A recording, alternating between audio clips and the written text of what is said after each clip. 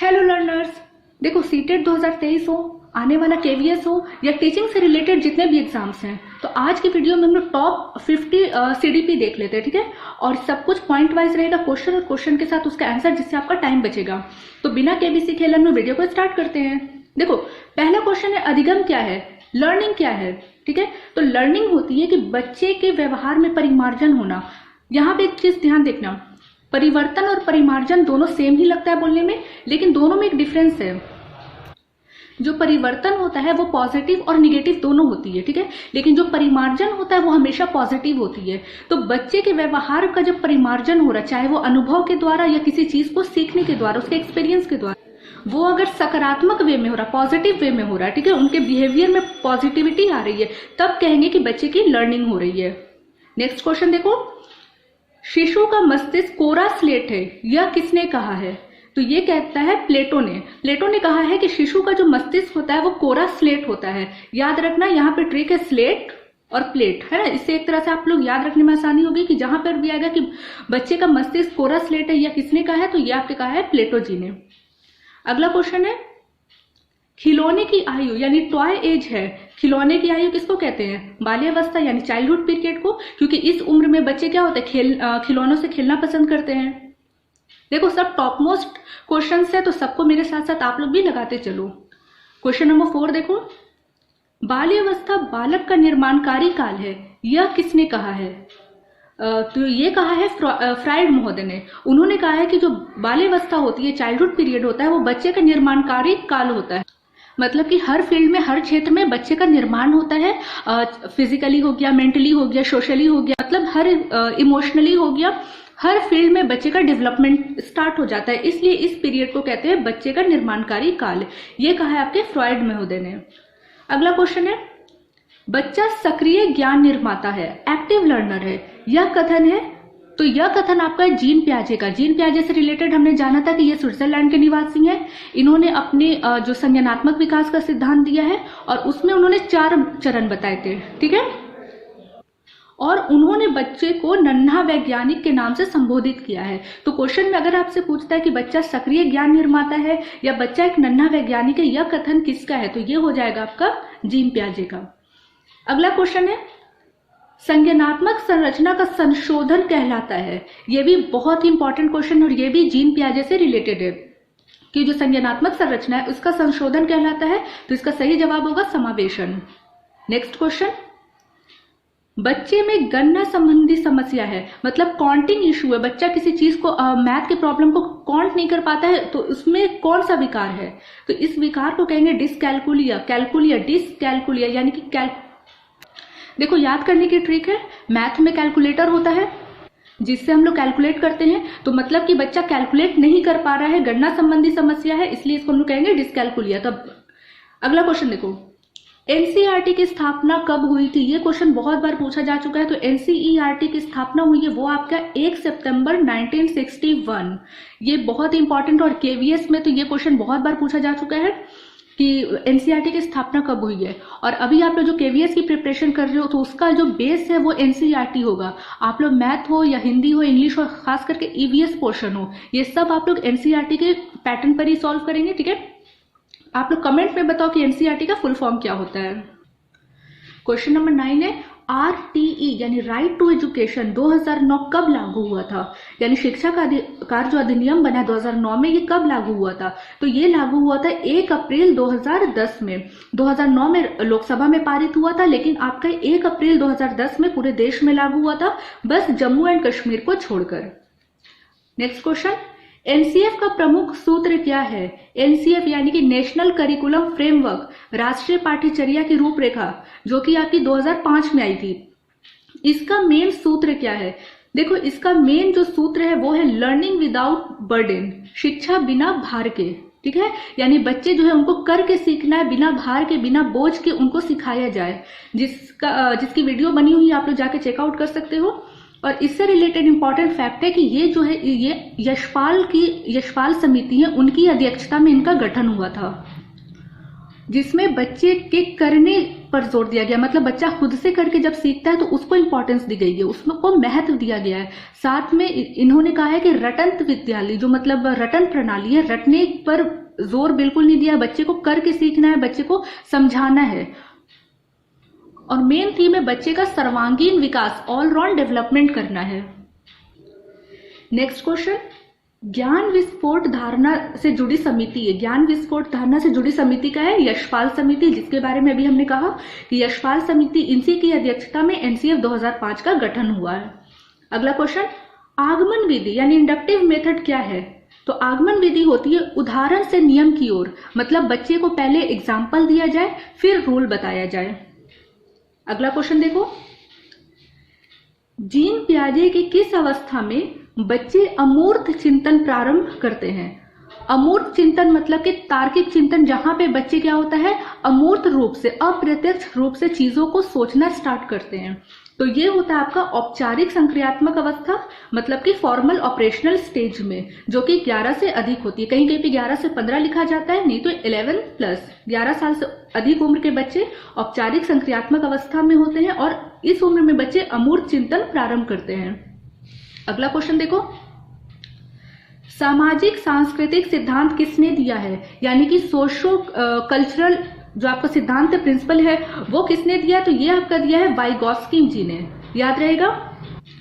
इस पॉइंट को अच्छे से रट जाओ, जहां पर भी सामाजिक सांस्कृतिक शब्द है वहां पे आपके जवाब होगा वाइगॉस्की, और ये आपके रूसी मनोवैज्ञानिक है, यानी कि रूस के रहने वाले हैं। नेक्स्ट क्वेश्चन देखो, कोहलबर्ग ने कौन सा सिद्धांत दिया? तो उन्होंने नैतिकता का सिद्धांत दिया था, ठीक है, moral theory of learning. Next question, Kohlberg ने जो सिद्धांत दिया उसके कितने स्टेजेस हैं? तो देखो, जब स्टेजेस की बात करें तो इसमें 3 स्टेजेस हैं। पूर्व परंपरागत स्टेज, मतलब कि प्री कन्वेंशनल, जिसका टाइम पीरियड है 4 से 10 साल। फिर है आपका परंपरागत कन्वेंशनल स्टेज, जो कि है 10 से 13 साल के बच्चों उसमें आते हैं। और फिर है उत्तर परंपरागत, मतलब कि पोस्ट कन्वेंशनल स्टेज, जो कि 13+ के एज के बच्चे होते हैं। तो जहां पूछेगा कि कोहलबर्ग के सिद्धांत के कितने स्टेजेस हैं, तो 3 स्टेजेस हैं, और टोटल सब स्टेजेस कितने हैं, तब आपके 6 हो जाएंगे, क्योंकि तीनों के 2-2 होते हैं। इसके भी अपने 2 सब स्टेजेस है, इसके 2 सब स्टेजेस है, और इसके 2 सब स्टेजेस है। तो अगर आपके स्टेजेस पूछेगा तब 3, और सब स्टेजेस पूछेगा तब आपके हो जाएंगे 6। अगला क्वेश्चन है कि विकास प्रारंभ कब होता है? तो विकास जो है आपका जन्म से पहले से स्टार्ट होती है और जिंदगी की आखिरी सांस तक चलती है, मतलब कि ये आजीवन चलने वाली एक प्रक्रिया है। तो इसका सही जवाब होगा कि प्रसव पूर्व अवस्था से, यानी कि जन्म से पहले से लेकर मृत्यु तक चलने वाली एक प्रोसेस है। नेक्स्ट क्वेश्चन है, 2 व्यक्ति समान नहीं होते परंतु सभी बालकों में विकास का क्रम समान होता है। यह कथन किसका है? तो यह कहा है गेसेल जी ने। उन्होंने कहा कि 2 व्यक्ति समान नहीं होते, है ना। हम लोग के घर में अगर 4 भाई बहन है तो हम लोग कोई एक जैसे नहीं होते, हम लोग की वृद्धि अलग अलग होती है, हमारा विकास सब, है ना, कोई बहुत जल्दी बढ़ जाता है, किसी में संवेगात्मक विकास बहुत जल्दी डेवलप करता है, कोई शारीरिक रूप से बहुत ज्यादा तेज होते हैं। लेकिन बच्चों में विकास का जो क्रम है वो हमेशा सब में सेम होता है। जैसे सबसे पहले कोई भी बच्चा पैदा हुआ तो वो शैशवावस्था में हुआ, फिर बाल्यावस्था, किशोरावस्था, प्रौढ़ावस्था और फिर वृद्धावस्था। तो ये जो क्रम होता है वो हर बच्चे, चाहे वो दुनिया के किसी भी क्षेत्र के बच्चे हो, सब में उसका जो सीक्वेंस होता है, यानी कि जो क्रम है वो समान होता है, और ये कहा है आपके गेसेल जी ने। नेक्स्ट क्वेश्चन देखो, बालक के व्यवहार का निर्माण होता है, यानी बच्चे के जो बिहेवियर है उसका निर्माण कैसे होता है? तो ये आपको टॉप मोस्ट क्वेश्चन है कि ये होता है आपका आनुवांशिकता और वातावरण की अंतःक्रिया से, मतलब हेरिडिटी और इन्वायरमेंट के इंटरेक्शन की वजह से। नेक्स्ट इज एक प्रक्रिया, यानी कि एक प्रोसेस जिसके माध्यम से मानव शिशु समाज के सक्रिय सदस्य के रूप में, यानी एक्टिव मेंबर के रूप में निष्पादन करने के लिए आवश्यक कौशलों का अर्जन करना प्रारंभ करता है। यह प्रोसेस क्या कहलाती है, जो आपकी सीटेट 16 में पूछा जा चुका है। तो यह प्रोसेस सामाजिकरण कहलाती है, मतलब कि सोशलाइजेशन, ठीक है। क्योंकि बच्चे जब घर से निकलते हैं, अपने घर परिवार से निकलते हैं, तो सबसे पहले वो समाज में जाते हैं, उनका दायरा बढ़ता है, उनका क्षेत्र बढ़ता है, वहां के लोगों से घुलते मिलते हैं, वहां के लोगों से सोशलाइजेशन स्टार्ट हो जाता है उनमें। तो यह प्रोसेस ही कहलाता है समाजीकरण, जहां पर वो एक्टिव लर्नर के तौर पे काम करते हैं, स्कूल जाते हैं और नए नए स्किल्स को सीखते हैं। ठीक है, तो ये प्रक्रिया कहलाती है आपकी समाजीकरण। नेक्स्ट क्वेश्चन देखो, सबसे गहन और जटिल समाजीकरण कब होता है?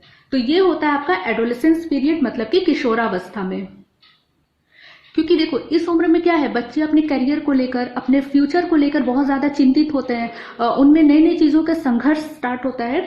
तो इस तरह से वो समाज में अपने आप को प्रूव करने के लिए बहुत तरह के काम करना शुरू कर देते हैं। तो इसलिए इसको कहा गया है बहुत ही जटिल समाजीकरण का पीरियड है।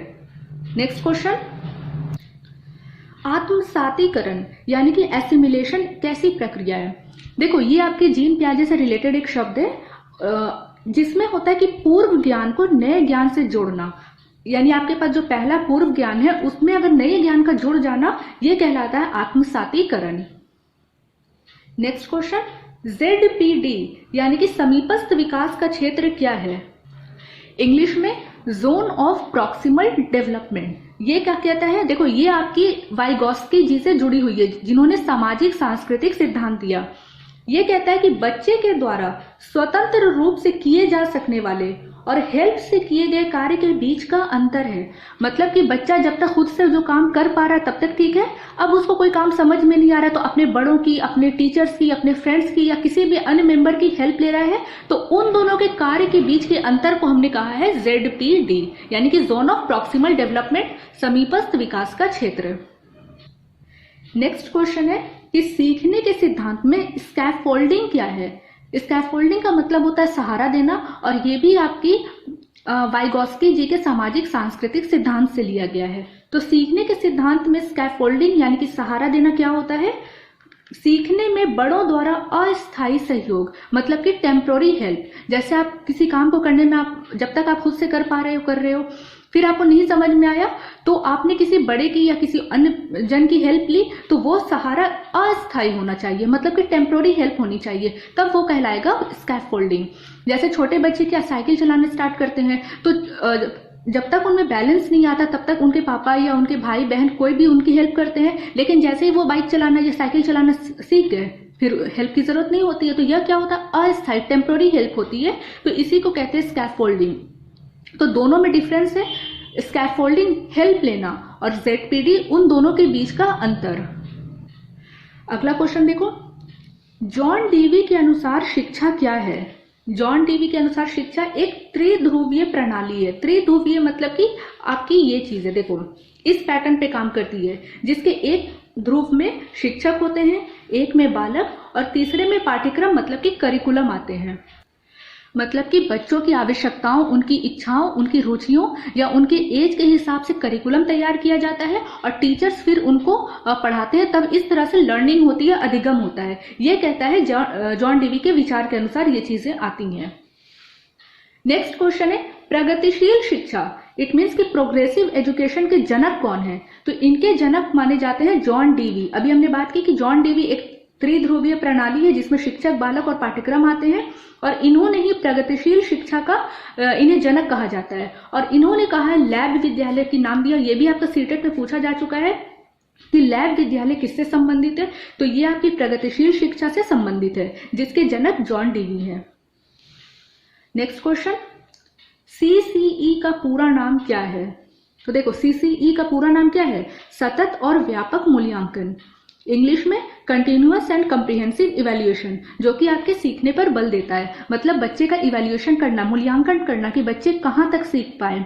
और ये दो तरह से होता है आपका, रचनात्मक और योगात्मक, मतलब कि फॉर्मेटिव और सम्मेटिव। अभी यहाँ पे ध्यान देना, जब पढ़ाई के दौरान बच्चे का मूल्यांकन हो जिसको हम लोग चेंज कर सकते हैं, तब वो कहलाता है फॉर्मेटिव असेसमेंट। ठीक है, लेकिन अगर पढ़ाई के बाद, मतलब कि सब कुछ क्लियर हो चुका है, आपका सेशन कवर हो चुका है, उसके बाद जो असेसमेंट होता है, मूल्यांकन, वो कहलाता है सम्मेटिव, जिसमें कोई चेंजिंग नहीं की जा सकती है। जैसे अभी आप कोई कंपटीशन की तैयारी कर रहे हो, तो यहाँ पे आप अपना सेल्फ असेसमेंट करोगे या टीचर आपका असेसमेंट करेगा, तो ये कहलाएगी आपकी फॉर्मेटिव असेसमेंट। लेकिन अगर आपने एग्जाम दिया और आपका रिजल्ट आ गया जिसमें आप कोई चेंजिंग नहीं कर सकते हो, तो ये आपका होगा सम्मेटिव यानी कि योगात्मक मूल्यांकन। Question number 28, midday meal scheme की शुरुआत कब हुई? मिड डे मील एक स्कीम है जो कि आपकी 15 अगस्त 1995 यानी 1995 में हुई थी तमिलनाडु से, भारत के तमिलनाडु राज्य से इसकी शुरुआत हुई है। नेक्स्ट क्वेश्चन, RTE, अभी इसकी बात हमने की थी कि राइट टू एजुकेशन यानी शिक्षा का अधिकार 2009 का मुख्य उद्देश्य क्या है, मेन ऑब्जेक्टिव क्या है? तो इसका मेन ऑब्जेक्टिव है 6 से 14 वर्ष के सभी बच्चों को फ्री और कंपलसरी शिक्षा प्रदान करना। ठीक है। क्वेश्चन नंबर 30 देखो, प्रोजेक्ट प्रणाली का प्रयोग किस शिक्षा पद्धति के अंतर्गत आता है? तो ये भी आता है, प्रोजेक्ट प्रणाली को याद रखना कि ये भी आपका प्रोग्रेसिव एजुकेशन यानी कि प्रगतिशील शिक्षा के अंतर्गत आता है, जिसके जनक जॉन डीवी माने जाते हैं। नेक्स्ट क्वेश्चन है, बहुबुद्धि सिद्धांत के प्रतिपादक कौन है? तो बहुबुद्धि सिद्धांत के जो प्रतिपादक है वो है आपके हार्वर्ड गार्डनर, मतलब कि मल्टीपल इंटेलिजेंस थ्योरी। इस सिद्धांत के प्रतिपादक यानी ये सिद्धांत दिया है हार्वर्ड गार्डनर ने। अगला क्वेश्चन देखो, बुद्धि जो है वो अमूर्त विचारों को सोचने की योग्यता है, यह कथन किसने दिया? तो यह कथन आपके टर्मन महोदय ने दिया है। अमूर्त विचारों को सोचने की योग्यता, अमूर्त मतलब अप्रत्यक्ष, जो हमारे सामने नहीं है, जो हम अपने तर्क के द्वारा सोचते हैं। तो ये कथन आपके टर्मन ने दिया है।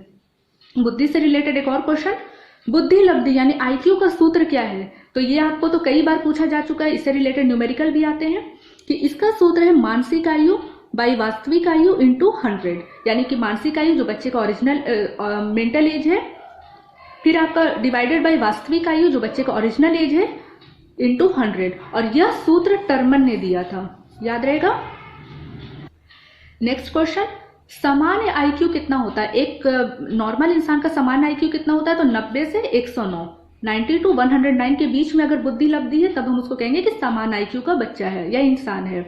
नेक्स्ट क्वेश्चन है, रेवन का प्रोग्रेसिव मैट्रिसिस परीक्षण किसका उदाहरण है? ये आपके सीटेट 2012 में पूछा जा चुका है। तो ये है संस्कृति मुक्त बुद्धि लब्धांक, यानी कि संस्कृति मुक्त IQ का एग्जाम्पल है। अगला क्वेश्चन देखो, ये बहुत इंपॉर्टेंट है आपके लिए, बुद्धि की स्पीयरमैन परिभाषा में कारक G क्या है? कारक G क्या है? तो याद रखना कि स्पीयरमैन ने द्विकारक सिद्धांत दिया था, जिसमें उन्होंने 2 फैक्टर बताए थे, एक G फैक्टर और एक था आपका S फैक्टर। तो G जो है वो होती है आपकी सामान्य बुद्धि, सामान्य कारक, और जो S होता है वो होता है आपका स्पेसिफिक फैक्टर यानी कि विशिष्ट कारक। तो उन्होंने 2 तरह के कारक बताए थे, G फैक्टर सामान्य बुद्धि और S फैक्टर मतलब कि स्पेसिफिक बुद्धि।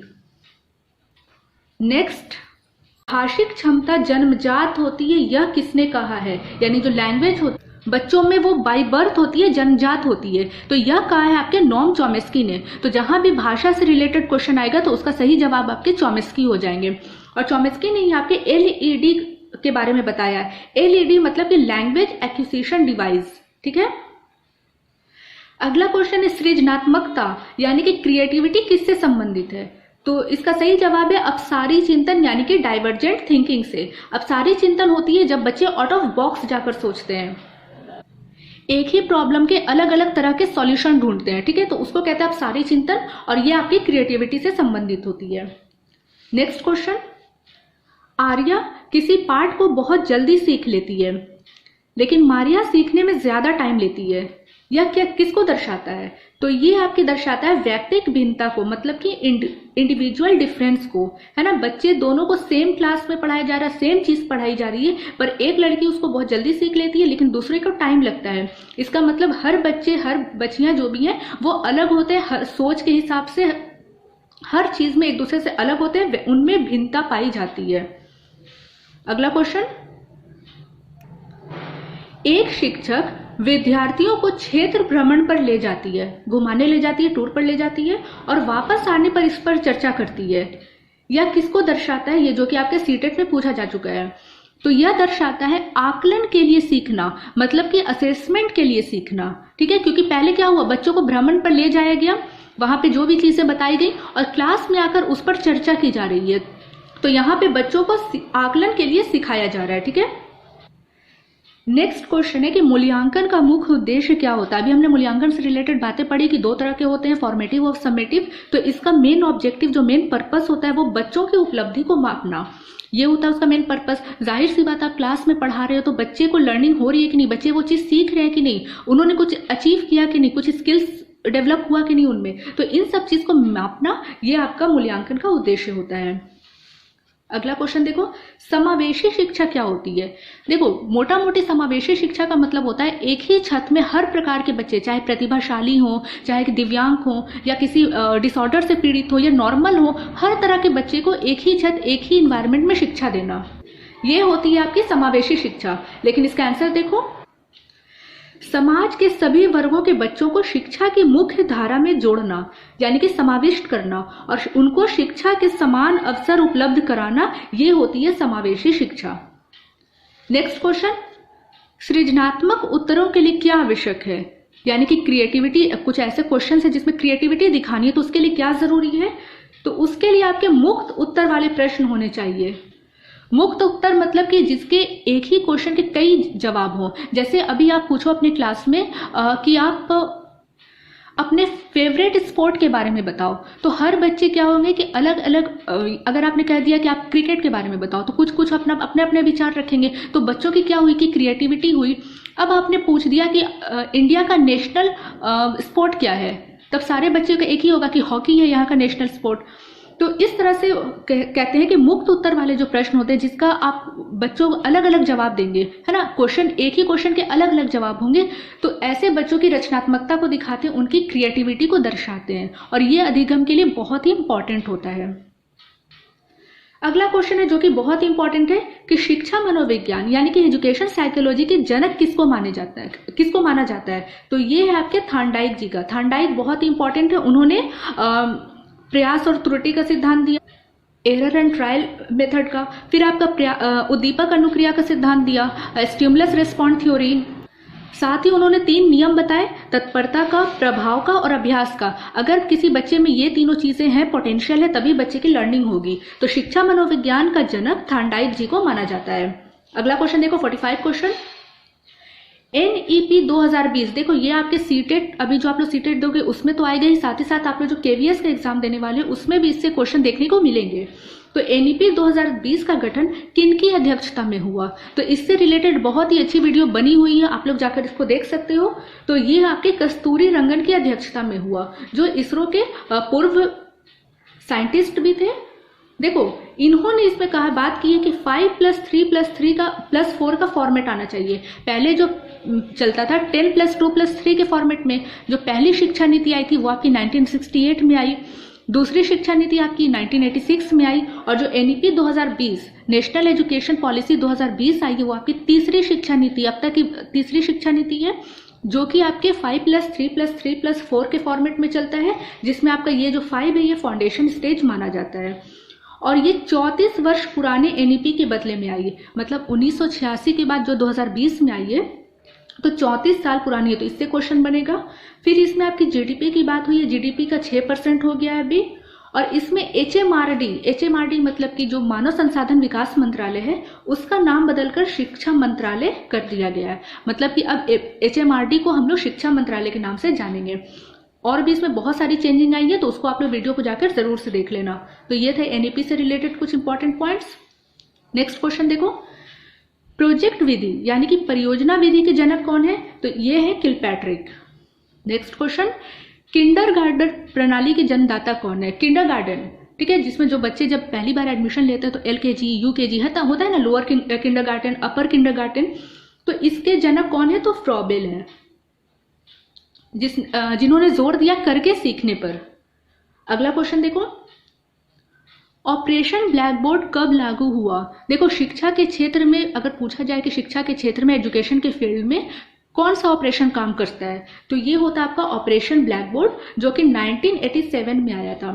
मतलब कि जब दूसरी शिक्षा नीति आई थी 1986, जस्ट उसके एक साल बाद आया था 1987 में, जो कि प्राथमिक के लिए है। ऑपरेशन ब्लैक बोर्ड के लिए शर्त है कि वहां पे आपके 2 कमरे और 2 टीचर्स होने चाहिए, जिसमें एक आपकी फीमेल टीचर होंगी। क्लियर है। अगला क्वेश्चन 49 देखो, मनोविश्लेषणात्मक सिद्धांत किसने दिया।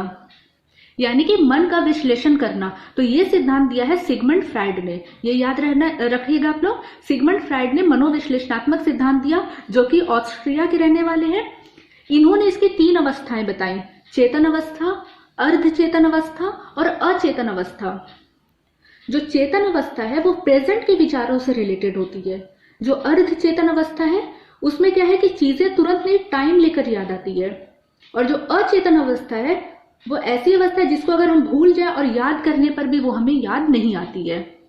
ठीक है, नेक्स्ट और लास्ट क्वेश्चन देखते हैं कि मांग का सिद्धांत किसने दिया। तो ये दिया है आपके मैस्लो ने, अब्राहम मैस्लो ने, जिन्होंने अपने सिद्धांत में यानी थ्योरी ऑफ नीड में बताया। देखो इस तरह से उन्होंने बताया था, जिसके 5 स्टेजेस है, 1 2 3 4 5 स्टेजेस है। जो सबसे नीचे वाला स्टेज होता है वो आपका है दैहिक। ठीक है, उसके बाद है आपका सुरक्षा, यानी कि बच्चे पहले सबसे पहले क्या करेंगे, जो उनके डे टू डे लाइफ के लिए जो नीड्स है पहले उसकी पूर्ति करेंगे। उसके बाद है सुरक्षा यानी कि सेफ्टी, सेकंड स्टेज। फिर है सामाजिक, जब बच्चे को की डेली नीड्स पूरी हो जाएगी उसके बाद सेफ्टी हो जाएगा, फिर वो आएंगे सामाजिक नीड्स पूरा करेंगे, उसके बाद सम्मान और फिर है आत्मसिद्धि। ठीक है, तो दैहिक, सुरक्षा, सामाजिक, सम्मान और आत्मसिद्धि, ये मैस्लो के मांग का सिद्धांत है, 5 सिद्धांत है। ठीक है, ये आपको पूछा जा सकता है। तो मैंने आज की वीडियो में टॉप 50 CDP को कवर किया है।